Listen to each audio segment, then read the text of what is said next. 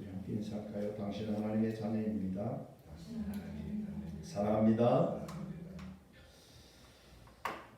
예수님께서 이제 예루살렘에 입성하셔서 예루살렘에서 이제 성전을 정결케 하시고 하나님의 나라를 세우기 위해서 이제 그 많은 그 사람들을 향해서 하나님의 역사를 선포하시는 이와 같은 일들이 이루어지게 됩니다. 그 중에서도 예수님께서는 비유로 여러 가지로 그들에게 말씀하고 계십니다. 우리가 앞에서 보았지만 무화과 나무의 비유도 우리가 예수님으로부터 들었습니다.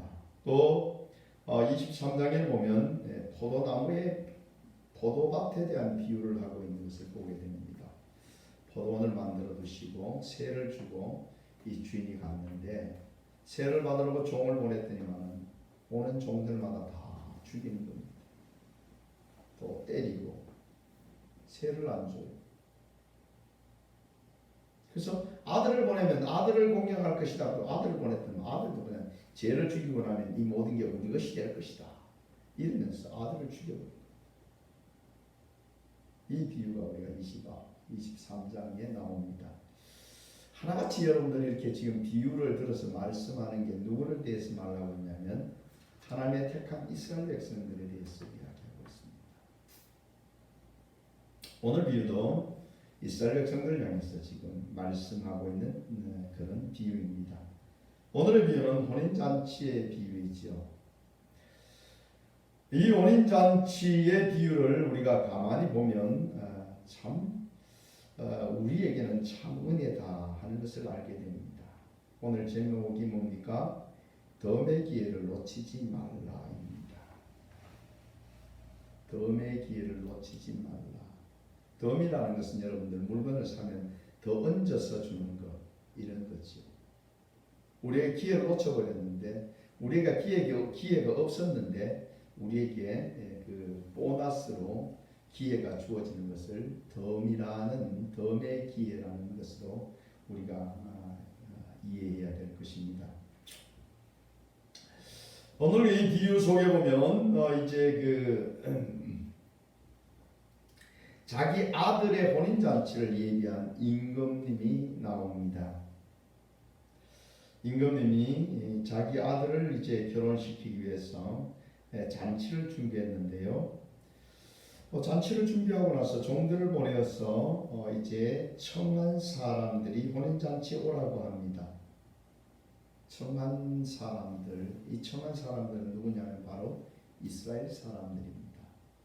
하나님께서 아브라함을 통해서 특별히 하나님의 택한 백성들을 만드시고 그들로 하여금 이제 하나님의 백성이다.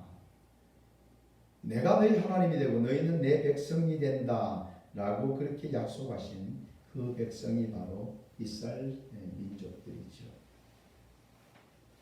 종들을 보내서 청한 혼인잔치에 오라고 했더니만 그들이 오기를 싫어했다라고 말하고 있습니다. 아니 주인의 혼인잔치, 왕의 혼인잔치에 오라고 하는데 여러분들 거기에 초대됐으면 기쁜 마음으로 갈 일이지 왜 그들이 싫어하는 걸까요?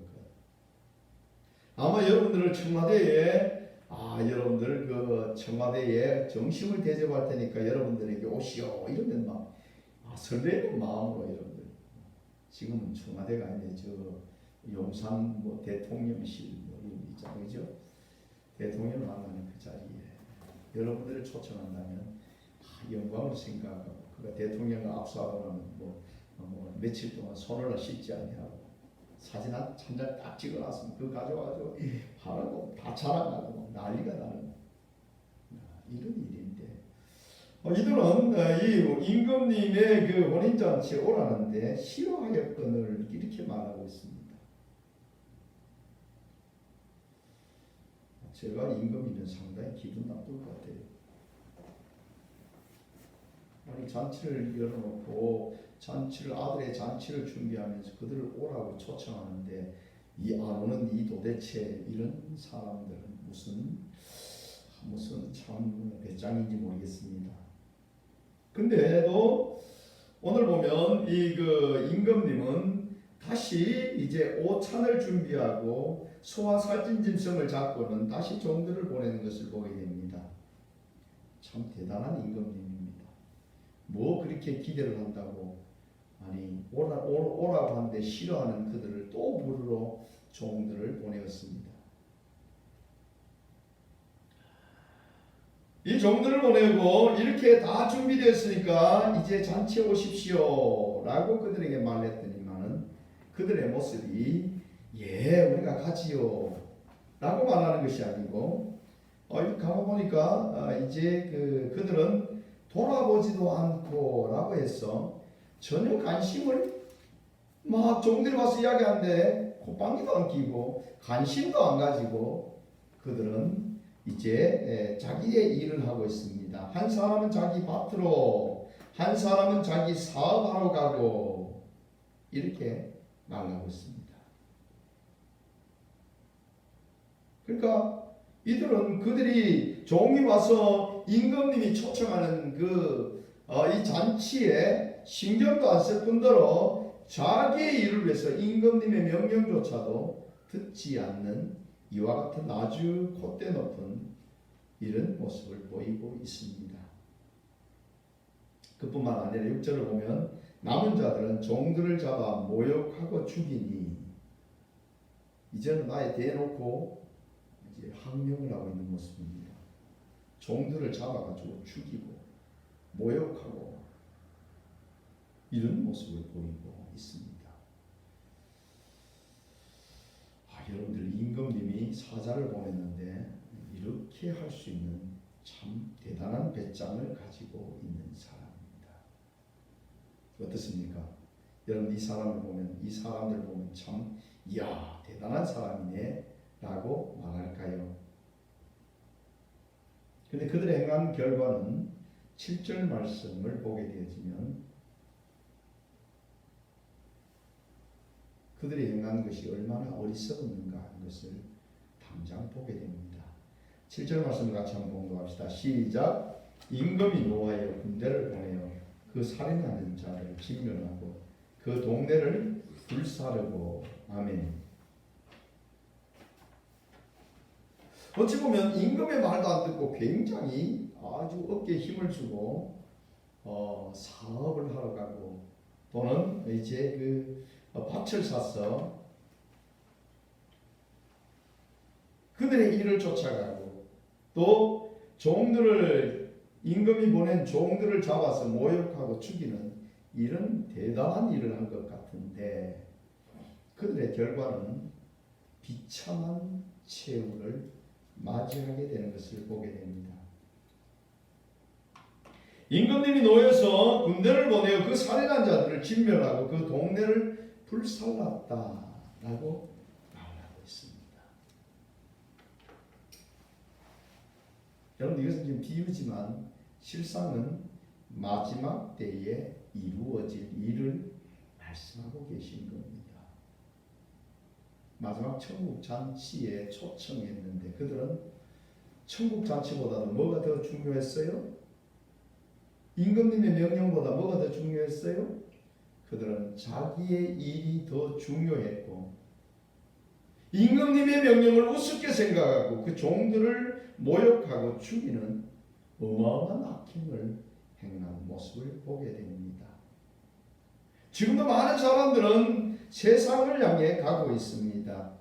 나의 삶을 쫓아서 하나님의 명령을 무시하고 살아가는 것이 이 시대의 사람들의 모습입니다. 하나님께서 우리에게 명령하시는, 말씀하시는 명령을 우습게 생각하고 오히려 하나님의 사람들을 박해하고 핍박하는 일을 그들의 자랑거리로 생각하고 있는 것을 보게 됩니다. 사도 바울이 예수님을 만나기 전에는 그는 예수님 믿는 사람들을 잡아 죽이거나 또는 많은 사람들을 옥에 가두고 핍박하는 일을 위해서 그것이 대단한 자랑으로 생각하고 그는 행동했던 모습을 보게 됩니다. 그러나 그는 부활하신 예수님을 만나는 순간 그는 정말 떨리고 두려운 순간이었습니다. 감히 그가 누구를 대적한 것입니까? 감히 그가 만왕의 왕이신 주님을 대적했던 것을 알게 된 것이지요.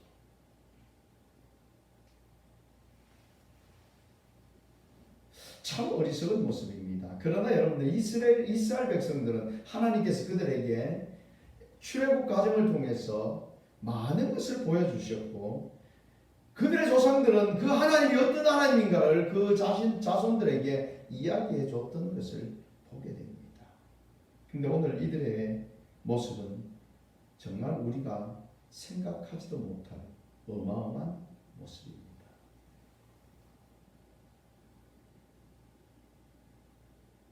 이들이 행하는 모습이 무엇입니까?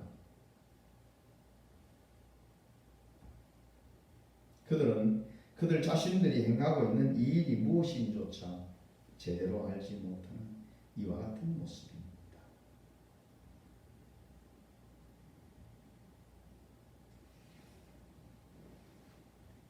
이 세상 사람들은 지금은 그들이 잘 나가고 있고 세상적으로 많은 부를 가지고 있고 무엇인가 자기의 그 자존심을 나타내고 있는 것 같은데 결국 그들은 주님이 오실 때에 그들은 진멸되어지게 되고 또한 어떻게 해요? 오늘 그 동네를 불살랐다고 말씀하신 같이 이 세상은 불로 심판되어지기 위해서 준비되고 있다는 것을 우리는 기억하셔야 합니다.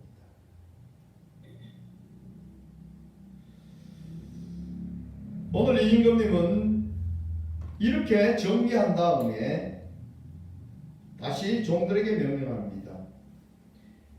혼인잔치가 준비되어졌으니까 저 청하기 위해서 준비되었던 그들은 특별히 특권을 부여해서 그들을 잔치에 청하려고 준비했던 그들은 다 이제 진멸되어졌고 그러니 너희들이 나가서 길에 가서 사람을 만나는 대로 혼인잔치에 데려오라고 말합니다. 그러면서 말하는 것을 보십시오. 10절을 보면 종들의 길에다가 악한 자나 선한 자나 만나는 대로 모두를 데려오니 혼인잔치에 손님이 가득하다라고 표현하고 있습니다. 그러니까 10절 말씀 보면 악한 자나 선한 자나 만나는 자나 모두 만나는 사람을 모두 데려왔다라고 말하고 있습니다. 사실 이들은 이 혼인잔치에 택함을 받은 사람들이 아니었습니다. 그 잔치 합당에서 그들을 미리부터 이 주인이 이 임금님이 청하려고 마음먹었던 사람들이 아니었다 하는 것이지요. 그러나 잔치는 준비되어졌고 사람들이 없기 때문에 이 임금님은 나가서 만나는 사람들을 누구나 할 것 없이 그들을 데리고 오라라고 말씀하신 것이지요. 이것이 바로 우리에게 주어진 은혜입니다.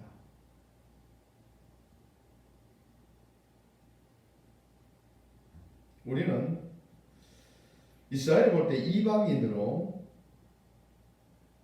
구원받을 수 있는 자격이 전혀 없었던 그런 사람들이었습니다.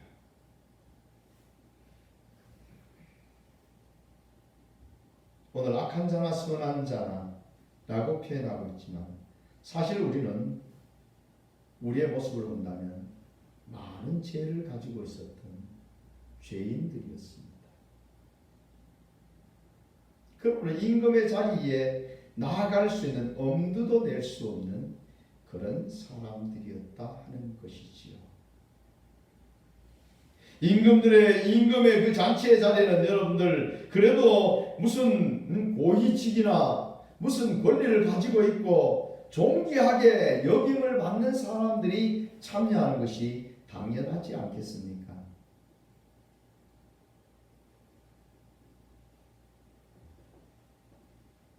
당연히 우리는 그 자리에 참여할 수 있는 자가 아니었습니다. 그러나 우리는 오늘 보니까 우리가 그 자리에 참여할 수 있는 자로 임금님이 명령하고 있는 것을 보게 됩니다. 로마서 11장 11절을 가면 이렇게 말하고 있습니다. 그러나 내가 말하노니 그들이 넘어지기까지 실족하였느냐? 그럴 수 없느니라. 그들이 넘어짐으로 구원이 이방인에게 이르러 이스라엘로 시인하게 함이니라 라고 사도 바울은 우리에게 말하고 있습니다. 이스라엘이 교만해서 넘어짐을 통해서 바로 우리에게, 이방인인 우리, 하나님 앞에 선을 말할 수 없는 우리에게 바로 기회가 주어진 것입니다.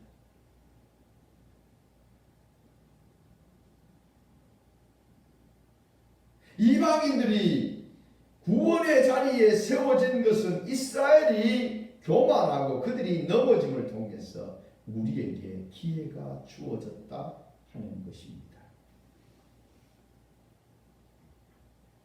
우리는 여러분들 덤으로 구원의 자리에 서게 된 자입니다.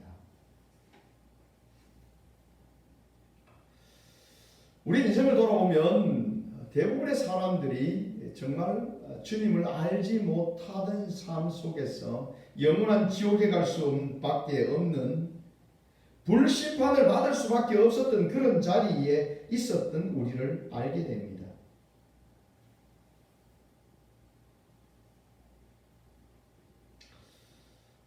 제가 이제 예수님을 만나고 느꼈던 것이 뭐냐면, 나는 참 이제 덤의 인생을 살고 있구나. 제가 태어나서 어릴 때 죽게 되어졌어요. 그때에 우리 가정이 예수님을 믿게 되어지고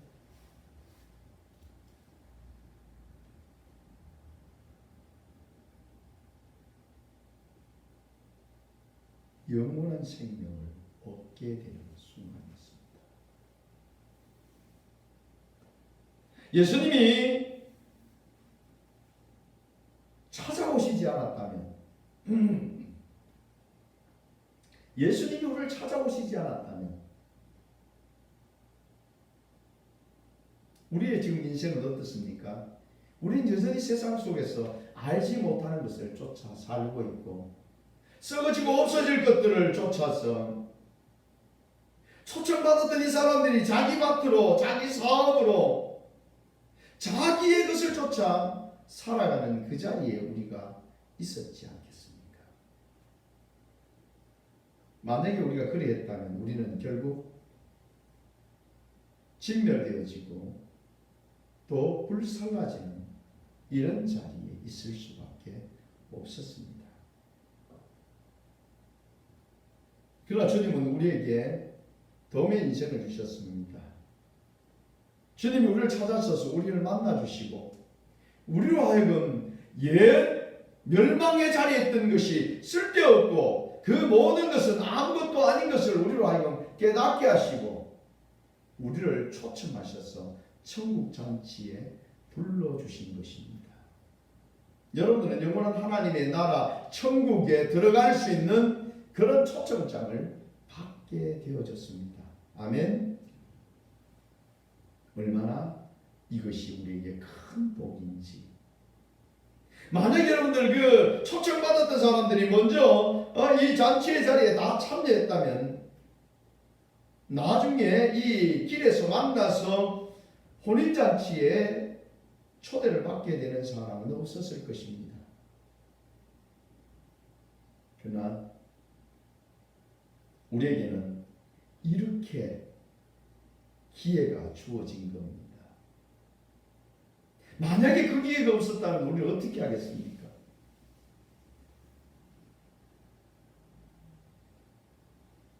우리는 하나님께 감사해요. 그 기회가 우리에게 주어지지 않았다면 우리는 지금도 저 알지 못하는 세상 속에서 멸망을 향해 달려가는 사람과 전혀 다를 바가 없는 그런 삶을 살고 있을 것입니다.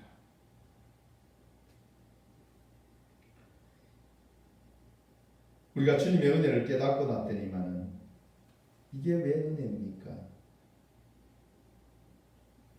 독생하신 하나님의 아들 예수님께서 무엇이 부족하셨어? 그분이 오셔서 나의 죄를 다 지시고 그분이 대신 십자가를 지셨단 말입니까? 내가 무엇인데?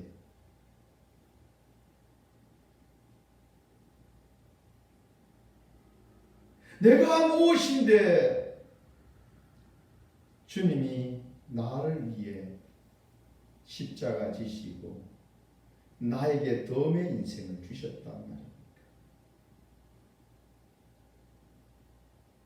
정말 그 은혜에 우리는 감사하고 또 감사할 것입니다. 그래서 우리가 구원받은 것을 들어서 하나님의 은혜다. 구원은 하나님의 선물이다. 그렇게 표현합니다. 우린 여러분들 이 구원의 복된 자리에 세워진 이 놀라운 선물을 거저 받았습니다. 이런 인생을 살아가는 우리들은 감사하고 또 감사하고 또 감사해도 모자라는 삶입니다. 영원한 생명을 덤으로 얻은 여러분들이요, 이제 우리의 덤으로 얻은 인생의 삶은 당연히 누구를 위해 살아야 될까요? 나를 위해 사는 삶이라면 전자의 초청을 받고도 거부했던 사람들과 무엇이 다르겠습니까? 그러면 안타깝게도 우리는 여전히 초청받았다 할지라도 결국 멸망에 이를 수밖에 없는 자가 될 것입니다. 우리는 덤의 인생을 받은 우리들은 주님의 은혜에 감사하면서 주님께서 인도하시는, 주님이 우리에게 초청하시는 그 천국을 향해서 우리의 걸음을 옮겨야 합니다. 여러분들은 영원한 천국을 다 유업으로 얻기를 주의 이름으로 축복합니다. 드디어 이 잔치 자리가 가득 찼습니다. 임금님이 그 잔치의 자리에 어떤 사람들이 왔는가 하고 그 자리에 이제 얼굴을 내미셨습니다. 근데 얼굴에 환한 미소를 띠고 그 잔치자를 바라보던 임금님의 얼굴에 갑자기 노기가 올라오는 것을 보게 됩니다. 그것은 바로 그 자리에 보니까 예복을 입지 않는 사람들이 있었다라고 말하고 있습니다. 임금님이 보니까 거기에 예복을 입지 않는 사람이 있었다는 겁니다. 예복을 입지 않는 한 사람을 보고라고 말하고 있습니다. 아니, 여러분들 이 그 잔치 자리에 가면 그 잔치를 주관하는 사람이 예복을 나누어 줍니다.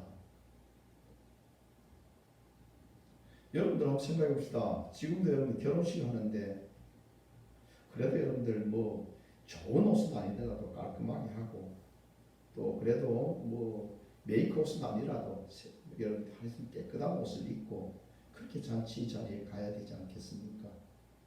그 자리에 농부가 돼지우리에 똥을 치다가 여기저기 막 묻혀진 냄새가 풀풀 나는 이런 옷을 입고 그 잔치 자리에 간다면 그 잔치 자리를 모독하는 것일 겁니다. 그렇지 않습니까? 사람들이 그 사람이 다가오면 다 사람들이 냄새나고 인상을 찡그리고 그 똥 묻어는 것을 보면 그냥 피하지 않겠습니까?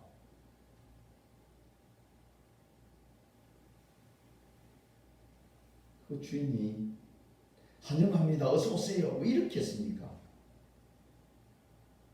저라도 싫어할 것 같아요. 안 그렇겠습니까?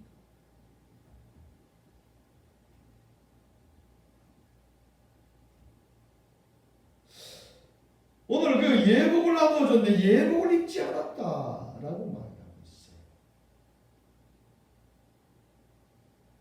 성경에는 이 예복에 대해서 굉장히 여러분들 중요하게 이야기하고 있는 것을 보게 됩니다. 옷, 우리가 어떤 옷을 입는다는 것은 굉장히 중요합니다.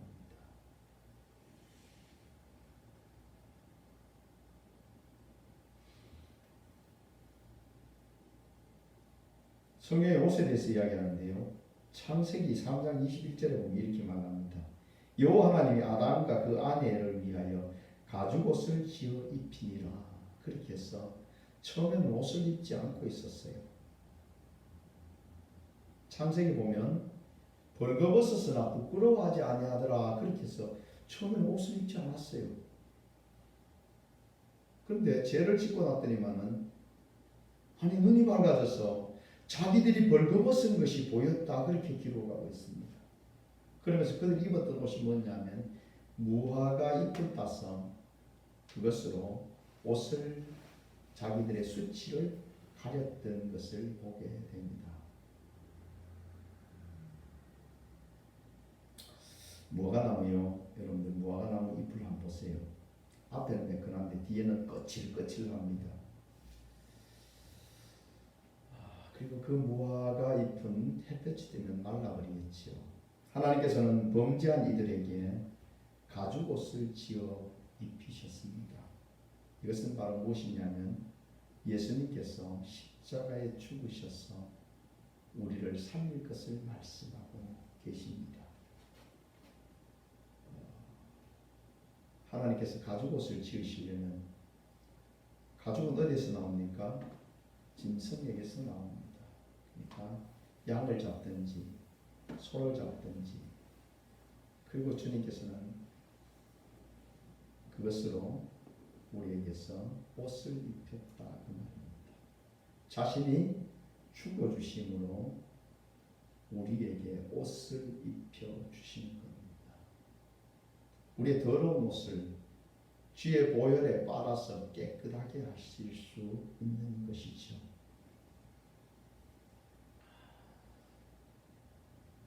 그래서 믿음의 사람들은 갈라디아서 3장 27절에 이렇게 말하면 누구든지 그리스도와 합하기 위하여 세례를 받는 자는 그리스도로 옷 입었느니라.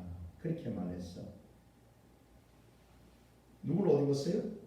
그리스도를 옷 입었다. 그렇게 표현합니다. 이것을 들어서 예수 그리스도 안에 삶이다. In Jesus Christ, 예수 그리스도 안에 우리의 삶이 늘 예수 안에서 살아가는 이런 삶을 살아가는 사람을 들어서 예수로 옷 입었다 이렇게 말하는 것이죠.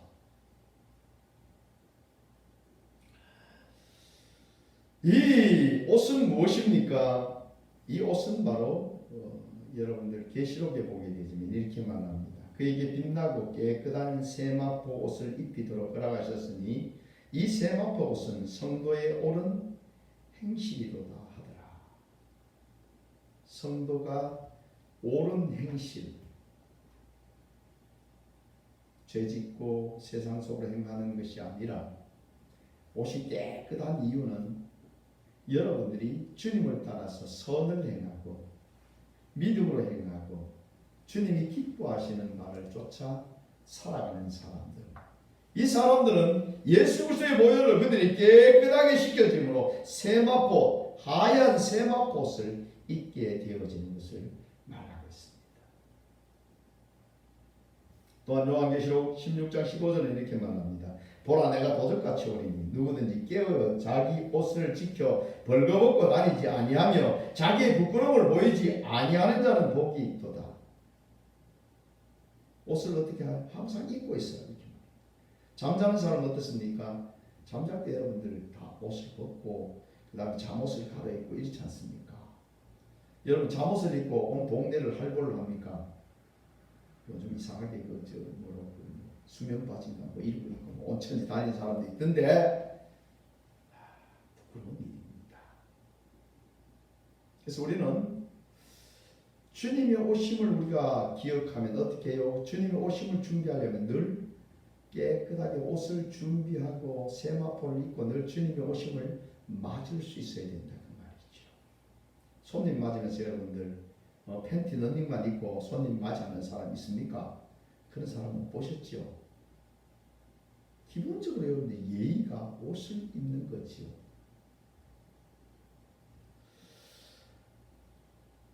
주님이 도적같이 오시는데 깨어서 자기 옷을 지켜 벌거벗지 않도록 하라고 말하고 있습니다.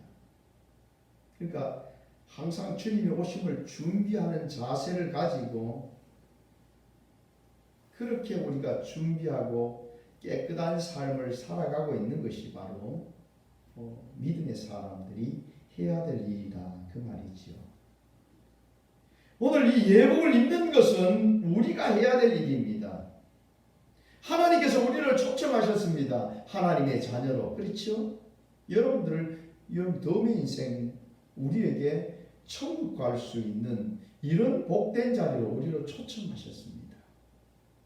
그러면 당연히 그 주는 옷을 입는 것은 우리가 해야 될 일입니다. 이거 초청은 이거는 우리가 해야 되지 않겠습니까? 예복을 입는 일은 우리가 해야 될 일이란 말이지요.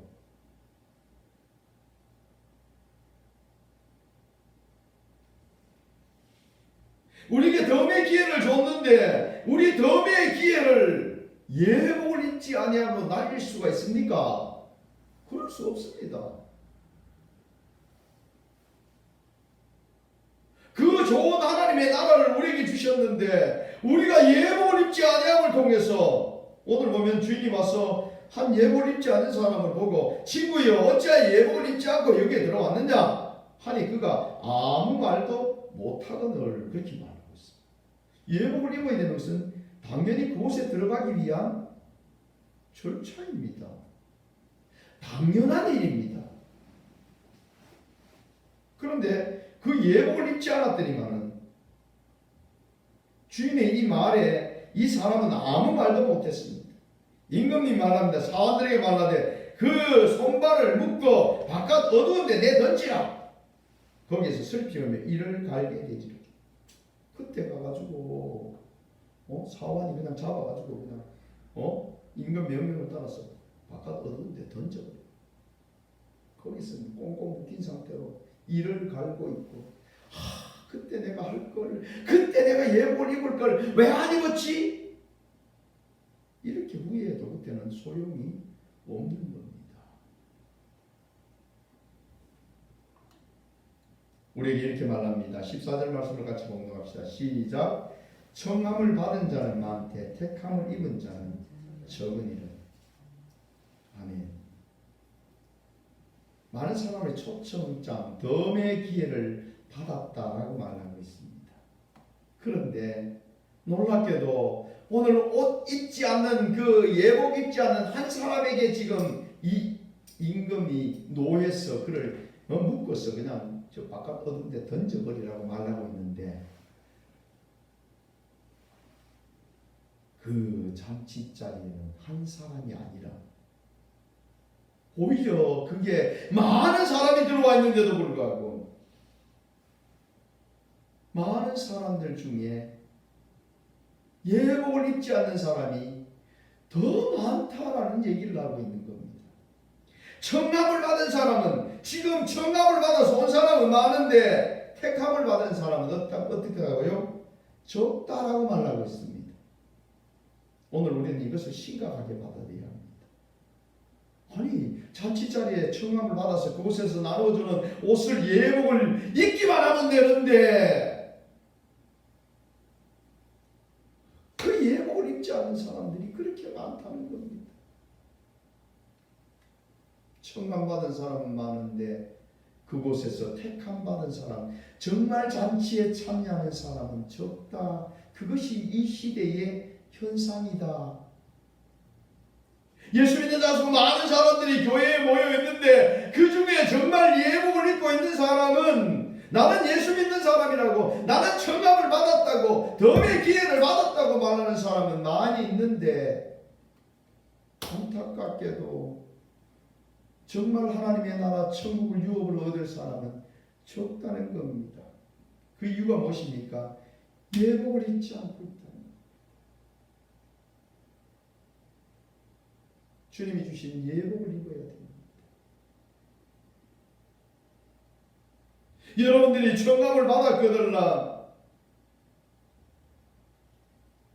이제는 여러분들 예복을 청함 받은 자의 모습을 갖춰야 됩니다. 예수 믿으면서 잔치에 들어가면서 온갖 더러운 냄새 푹푹 풍기고 들어가면 될까요?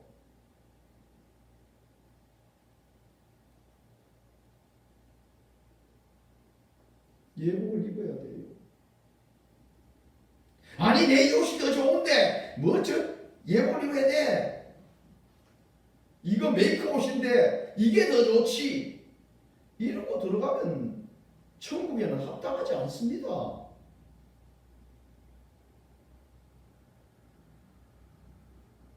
임금님의 잔치에 들어가려면 누구에게 맞아야 돼요? 임금님에게 맞춰야 돼요. 임금님이 주시는 예복을 입어야 됩니다. 천국에 들어가기 위해서는 주님께서 우리에게 말씀하시는 이 말씀에 따르는 옷을 입어야 됩니다. 죄의 옷을 입고 이게 마치 좋은 것냥 그렇게 말하고 있으면 그는 천국에 들어갈 수가 없습니다. 기회가 주어졌는데도 불구하고 천국에 들어갈 수가 없어요. 우리는 우리의 삶, 주님이 덤의 기회를 우리에게 주셨습니다. 이 기회를 놓칠 수 없습니다. 우리는 주님께서 말씀하시는 말씀을 따라서 이제 걸음을 옮겨야 합니다. 이 시대는 너무나 죄악이 감염하였고 주님 오실 때가 곧 우리 앞에 임하고 있습니다. 아직도 세상에 내 옷을 입고 그것이 자랑이냐 그렇게 말하고 있다면 여러분의 옷을 벗어버려야 합니다. 주님이 주신 세마포 옷을 입으셔야 합니다. 세상을 따라가는 것은 죄의 길이요 멸망의 길이고 전자들의 모습을 보여줬지 않습니까? 그들은 다 진멸되고 불로 사름을 당한 모습을 우리가 기억해야 합니다. 우리는 이제 하나님의 자녀로 덤의 인생 누구나 받을 수 있는 것이 아니라 특별한 은혜를 받고 덤의 인생을 받은 여러분들이 우리는 청함에 그치는 것이 아니라 택한 자들로 정말 영원한 하나님의 나라를 유업으로 얻는 예복을 입는 자녀들이 되시기를 주의 이름으로 축복합니다. 기도하겠습니다.